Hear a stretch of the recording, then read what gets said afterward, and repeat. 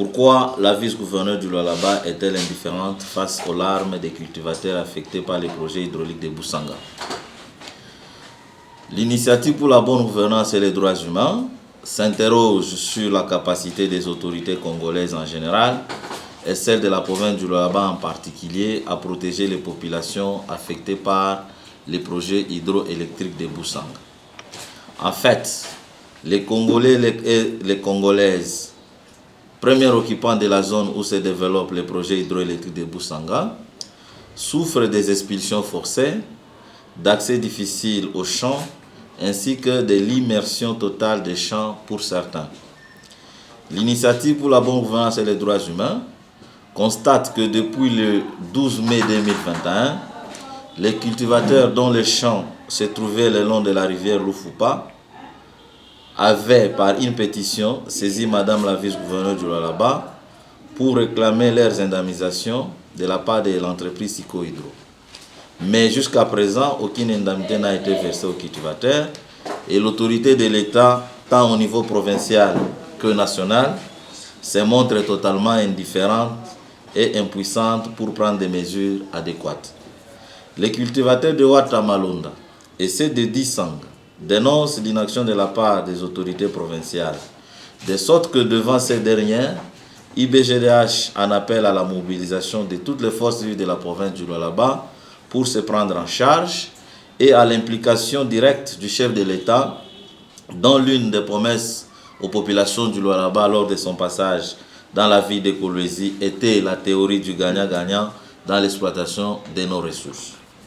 IBGDH rappelle que les projets hydroélectriques de Boussanga méritent une attention particulière de la part de l'État congolais si on veut résoudre plusieurs autres problèmes en rapport avec la mise en œuvre du dit projet, à savoir le quota d'énergie électrique à réserver pour la consommation locale,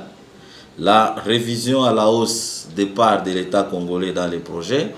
ainsi que le respect des droits fondamentaux des premiers occupants du sol, dont les cultivateurs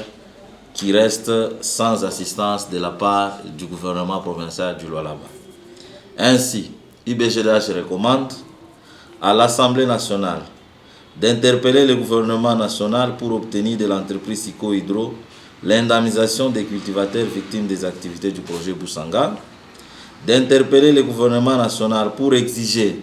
la réparation des dommages causés aux anciens habitants des villages Mongaluboza, 48 heures et Kamalingue, de demander l'évaluation de l'accord de joint venture relatif à la construction et à l'exploitation de la centrale hydraulique de Boussanga, de négocier la part du courant électrique devant résorber les déficits locaux. À son Excellence, Monsieur le Président de la République et chef de l'État, de se rappeler de sa promesse faite aux populations du Lualaba en rendant effective la théorie du gagnant-gagnant dans le cadre de l'exploitation des richesses nationales, d'interpeller le gouvernement national en vue d'obtenir réparation et indemnisation des victimes du projet hydroélectrique de Boussanga, de donner enfin l'évaluation de l'accord de joint venture relatif à la construction et à l'exploitation de la centrale hydroélectrique de Boussanga. Au gouvernement national de suspendre les activités de l'entreprise Siko Hydro et obtenir l'indemnisation et réparation en faveur des populations victimes, de négocier un quota du courant électrique en faveur des populations environnantes. À l'Assemblée provinciale du Lualaba, d'interpeller le gouvernement provincial pour obtenir l'indemnisation juste des cultivateurs, d'exiger la réparation en faveur des victimes de la délocalisation de 2019 par Siko Hydro,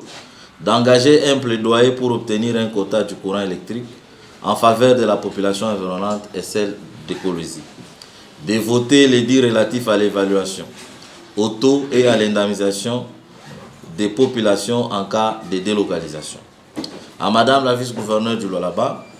d'exiger de Siko Hydro à indemniser les cultivateurs de Dissanga et de Ouattamalonda, dont les champs sont déjà immergés à cause du lac de retenue de la dite centrale. D'exiger la réparation des dégâts causés aux premiers occupants de la zone, notamment les habitants de 48 heures, Mongaluboza et Kamalingue. De négocier enfin un quota du courant électrique que le projet Boussanga doit réserver pour la consommation locale fait à Kolwezi ce jeudi 27 janvier 2021. Je vous remercie.